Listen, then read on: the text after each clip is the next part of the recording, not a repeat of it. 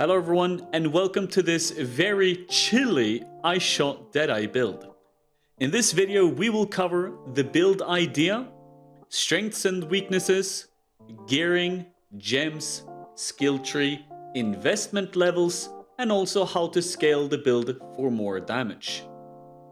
So let's start talking a little bit about the build idea, and basically what this build focuses on is the chill effect synergy.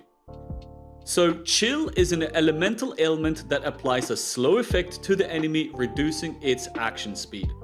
Chill is applied either through cold damage or certain modifiers on gems, equipment, or from the skill tree. Inherently, chill does not really affect your damage output, but through the use of certain uniques we can take chill effect and we can turn it into a lot of damage for ourselves. So first of all, we chill the enemy by hitting the enemy with ice shot that we convert into 100% cold damage. Secondly, the chill effect is determined by the enemy's ailment threshold and our damage. And thanks to our high damage output, we usually chill the enemy for max chill effect. We then use the Ahuana's bite quiver to gain the modifiers enemies chilled by your hits have damage taken increased by chill effects. We also use the modifier chill enemies as though dealing 100% more damage from this quiver as well. And these two modifiers amplify our damage by a lot. We then use the Heatshiver helmet that gives the modifiers gain 1% of cold damage as extra fire damage per 1% chill effect on the enemy, and the gain 100% of cold damage as extra fire damage against frozen enemies. Now, critical strikes with cold damage have a chance to freeze, and we also utilize hypothermia to freeze enemies as well, which will amplify our damage even further thanks to the helmets. Not only do we chill and freeze, but we also focus on shock and ignite with this build to gain more damage. We utilize the Sadist node from the cluster jewel in order to gain a large amount of elemental damage if we shock, chill, and ignite an enemy recently. Which we do by also having fire damage and lightning damage in our gear as well. And not only that, but we also use the Taming Ring to inflict these elemental ailments and gain more damage from doing so. So let's have a look at the strengths and the weaknesses of the build. Due to the items in this build not being very meta or that overall powerful, the build can actually be quite cheap to make it still be very powerful. It is also a Deadeye bow build with a lot of projectiles with Ice Shot and the chain from Deadeye, so it has really good clearing. Now, it isn't the fastest character, but it still has a decent amount of movement speed, good clearing in all maps, and also good single target. So for overall mapping ability, I give this character a 9 out of 10. The overall bossing of the character is also quite strong due to its extremely high DPS. But due to its lacking defenses, it can be quite frustrating to do some bosses if you don't kill them fast enough. And for Uber bosses, you would have to be quite skilled in order to properly do mechanics, because any Uber boss that even looks at you will kill you. So for bossing, I give this character a 7 out of 10. So if you're doing map bosses or guardian bosses or even invitations that I've been doing, it can absolutely be very strong due to its damage because you just annihilate some bosses sometimes. But in certain situations, you might struggle a bit because you can die quite easily. So the survivability of this character isn't great, but it isn't really terrible either because we have high evasion, we have an okay life pool for being a bow build, and it has 100% spell suppression. So for survivability, I give this character a 6 out of 10. Because I find myself not really dying that much when I'm doing mapping or guardians, but for some endgame bosses it definitely gets punched around quite hard in the face sometimes, because yeah, we have like evasion and just a low life pool basically.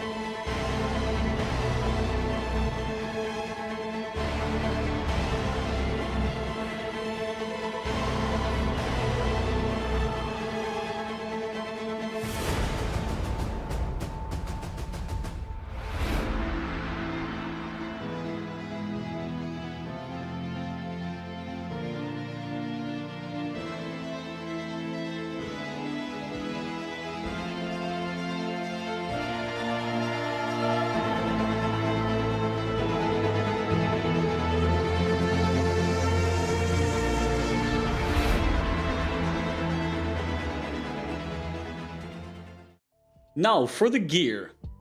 In the weapon, we want a high physical DPS bow with high attacks per second and crit chance. We want a high physical DPS bow because we convert all our physical damage into cold damage. On the quiver, we obviously have the Ahuana's Bite, and if you have the budget for it, go with a good corrupted implicits. For the gloves, I actually went with the increased damage with hits against chilled enemies modifier alongside with some attack speed and life. Then for the implicits, I got the increased effect of marks and gain 1 rage on hit with attacks every whatever seconds. I have 1.1 here. Now the rage modifier here is very strong because it allows us to use Berserk when we enter the boss room, which will help us absolutely annihilate the boss. Now for the boots, we have movement speed, life, chance to suppress spell damage and any resists that you may need. And on the implicits, you want to focus on action speed and gain physical damage as extra cold damage. On the helmets, we obviously have the Heatshiver with increased eye shot damage enchant. On the body armor, we have the Hero's Ire due to its high added cold damage to bow attacks, and alongside you have the spell suppression chance as well. Now for the rings, we have the Taming Ring due to its damage output for this build and its resists. And on the other ring, we want life, any stats that you may need such as strength or int, elemental damage with attack skills, and very important here, non-channeling skills have -7 total mana cost. For the amulet, we also focus on any stats that you need such as strength or int, any resist that you may need. Non-channeling skills have -7 total mana cost here as well, and then you can also get any damage modifier. I personally went with the global critical strike multiplier, and then I anointed Mark for Death in order to have Culling Strike. For the belt, I actually spammed the strength essences on this Stygian Vice until I hit life, resists, and also elemental damage with attack skills. For the jewels in this build, we actually utilize quite a lot of different jewels. For cluster jewels, it is very important that you get the Sadist and the Storm Rider nodes here. Sadist gives a lot of damage, and Storm Rider gives us power charges as well. Now, if you can afford it, you can get a 3 large cluster node here, 3 large nodes with, for example, Doriani's Lesson here. So you can save skill points because you only have to spec into this, that, and then you have the medium class jewels straight away. And for the medium class jewels, I went with pressure points and basics of pain for both of them. Now in this build, we also have a brutal restraint timeless jewel, and we have this in order to gain more damage and defense modifiers alongside with more dexterity for accuracy. So here you see we have crit chance, an increased effect of non-damaging ailments, dexterity, flash charges gained, projectile damage, evasion rating, movement speed, and more dexterity. So this is very good to have in this jewel socket right here.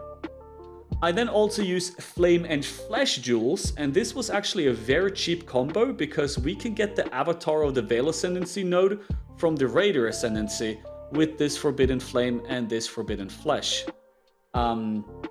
The reason we do this is because we are using a quartz flask right here, which gives us phasing, and then we actually have 20% elemental exposure on nearby enemies thanks to these Flame and Flesh jewels from the Avatar of the Veil. We also have a quite cheap Watcher's Eye with gain a flash charge when you deal critical strike while affected by precision, and a chance to suppress spell damage while affected by grace. And the only reason why I have that one is because I went with movement speed here if you haven't taken damage recently. Otherwise you can drop this one out. You can get the chance to suppress spell damage if you have evasion rating on all your gear. I also don't even have evasion rating on my gloves, so I can't really do that. But if you have evasion rating on like all your gear, you can have the spell suppression here instead and get spell suppress capped from that instead, and then just drop like this grace one. And then I have the chance to gain flask charge when you deal a critical strike while affected by precision in order to have better flask sustain and flask uptime. Now if you have the money for it, you should go and get a cold damage or added cold damage with hatred a modifier here on your Watcher's Eye instead if you have the damage for it. And lastly, I also have a just normal jewel here with intelligence, a lot of attack speed, and critical strike chance with cold skills. Now, it would be a lot more ideal to get a jewel with corrupting blood immunity here, because it can be quite annoying when mapping unless you have the proper minor god from your pantheons. And lastly, for our flask, we use a Dying Sun flask in order to get more projectiles. We have a diamond flask with either attack speed or critical strike chance for more damage. A silver flask with either attack speed or critical strike chance for more damage, depending on what you have on the diamond flask, because the same modifiers don't stack on multiple flasks. And then a quartz flask with increased evasion rating. Now, for the last flask, you want to have either a Bottle Faith for pure bossing or a Quicksilver for mapping. And I also suggest that on all these other 3 flasks, you also have chance to gain a flask charge when you deal a critical strike to have even better flask sustain on bosses and just in general as well. Now, for our gems, we actually have Ice Shot, greater multiple projectile support, hypothermia, increased critical damage, Anomalous Inspiration, but you can just have normal inspiration here as well. I just had this lying around, so I just picked it up. And then elemental damage with attack support. Now, if you have the money for it, you obviously want the awakened elemental damage with attack support. And GMP is only used for mapping, and I swapped this out for barrage support for single target and bossing. Basically, single target is bossing, but yeah, whatever. Then in the gloves, I have Berserk 2020, I have Sniper's Mark, I have Mark on Hit, and I also have Enhanced Support, because Enhanced Support will increase the increased effect of marks from supported skills here. It will also increase the cursed enemies take increased damage from projectile hits, and it will also give us more attack damage on the Berserk. So Enhance here is actually very, very strong. In the helmet, I have Dash and Second Wind because I love Dash, but you can have Flame Dash or whatever you want in here. I then have Steel Skin and Summon Stone Golem. I have Steel Skin on left click because I like this overall, and I usually have this on all my characters. And I also have the Summon Stone Golem in order to combat the life drain from Blood Rage. Right now it isn't that much, but if I take out the Stone Golem, you can see that my HP is ticking down quite fast due to Blood Rage, so I like to have the Stone Golem for that, but you don't have to have this if you don't want to, because I know a lot of people don't really like golems. In the boots, I have Enlighten level 3, Vol Grace, Hatred, and Precision as well for damage, and I also pop Vol Grace for bosses and like use it as a defensive ability as well, you know. And for the armor, we have Blood Rage in its own socket, and then this is very important, you want a 5 link here with Ensnaring Arrow, Mana Forged Arrow support, Bone Chill, Hex Touch, and Elemental Weakness. So basically what Mana Forged Arrows do is that whenever I cast Eye Shot, whenever I use enough mana for Eye Shot, it will then trigger Ensnaring Arrow, which will increase the damage taken by the enemy. It will then also apply Bone Chill to the enemy, which will increase my overall damage on the enemy. And I will also cast Elemental Weakness on the enemy to increase my elemental damage on the enemy as well. So this is a very important setup for bossing because it adds just so much damage overall. Now, for the skill tree, let's first have a look at our Ascendancy. We're playing Deadeye and we have Focal Point because we have the Sniper's Mark, and this increases the effect of Sniper's Mark, which will give us a ton of damage. We then have Gathering Winds for Tailwind, which is basically like action speed, which is basically movement, attack and cast speed, and we want the attack speed and the movement speed obviously. And then Endless Munitions for more projectiles, which increases our damage and our clearing. And then I also went for Ricochet because it gives chain, which is quite nice for clearing. Now I know a lot of people might want Far Shot if you're playing that kind of playstyle, but then you would have to drop out of Point Blank because I'm playing Point Blank here. And I also tried Occupying Force by having Mirage Archer in the setup as well, which according to PUB is a massive damage multiplier. But in reality, this plays a little bit weirdly and it just felt kind of off, so I didn't really want to go that. I tried this out for a while, but I ended up going this instead because it just feels overall better for the build. Now, some main important things in the skill tree here is point blank, if you want to play with that, because you deal more damage to the enemy depending on how far the projectile have traveled. So for point blank, you want to stand right next to the boss for damage. So what I do for bossing, I just put in this barrage, I go stand next to the boss, and I just wail him with arrows very close range, which will make my point blank do a lot of damage. Then you also want this cold mastery that converts physical damage into cold damage. Because Ice Shot converts 60% of physical damage to cold damage. And then we have the remaining 40% right here. So we convert 100% of our physical damage to cold damage, which is why we want the physical DPS bow. Then everything else here is pretty standard stuff. As you can see, we have like Charisma and like Revenge of the Hunted. Evasion Master here, you either go movement speed or you go evasion rating from body armor, or you go for spell suppression if you need it. We have the Critical Strike Master here with Critical Strike multiply against unique enemies. We have a Life Master here with plus 50 life. Right here, if you have it, you can go for, if you have like skill points for it, you can go for increased damage per dexterity, because we have quite high dexterity. We also have Clever Thief and Leech Mastery, because this makes it feel really incredible. Then we have another Life Mastery, 15% increased maximum life if there are no life modifiers on the equipped body armor. We do not have life modifiers on this armor, so this is a very strong Life Mastery here as well. And then up here we have Influence and the Reservation Mastery. Ours from your skills have 10% increased effect on you because it's very strong, because we have Hatred. And then I also have Whispers of Doom because we use the Elemental Weakness and the Sniper's Mark, so we need double curse here. And this is also very important that on the Mark Mastery you have 10% chance to gain a Frenzy Charge when you hit a marked enemy. So this gives you Frenzy Charges on bosses as well, very, very important. And then of course we have the Storm Rider in order to gain power charges as well. So this is how we gain power and Frenzy Charges. For my current investment on this character, I spent around 20 divines overall. Now keep in mind that it is quite late into the league and therefore some items are much cheaper than what they normally would be. But I do feel like the overall gear on this character isn't really that good, and it still packs quite a punch. The most expensive item for me was the bow, which cost me around 6 divines. If you're looking for upgrades on this character, I would suggest a bow with higher physical DPS and or even fires additional projectiles. Then you can also get crops on your helmet, body armor and the taming ring if you don't really need the resists. There is also better rolls on the Exarch and Ether implicits that you can get on your gear, or even better rolls just overall on your gear as well.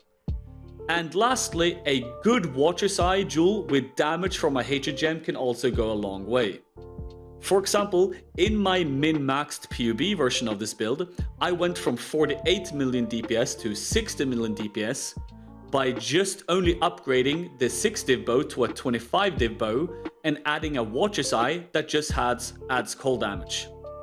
Thank you very much for watching this video. I hope you found it entertaining and that you might consider playing the build as well, or some version of it. Now, I want to give a big shout out to Sign Must Troll from my Twitch channel. He is a long member of the community and a long-time moderator of my channel as well. And he actually came up with like the base of this idea because we were just chilling in Discord one day, and then he started talking about the quiver and like doing this whole like conversion thing with like doing lightning arrow and converting that into cold and then having the Heatshiver and stuff like that. And then I kind of took that idea and I've been spending basically a week and a half in path building and also in game trying out many versions of this build.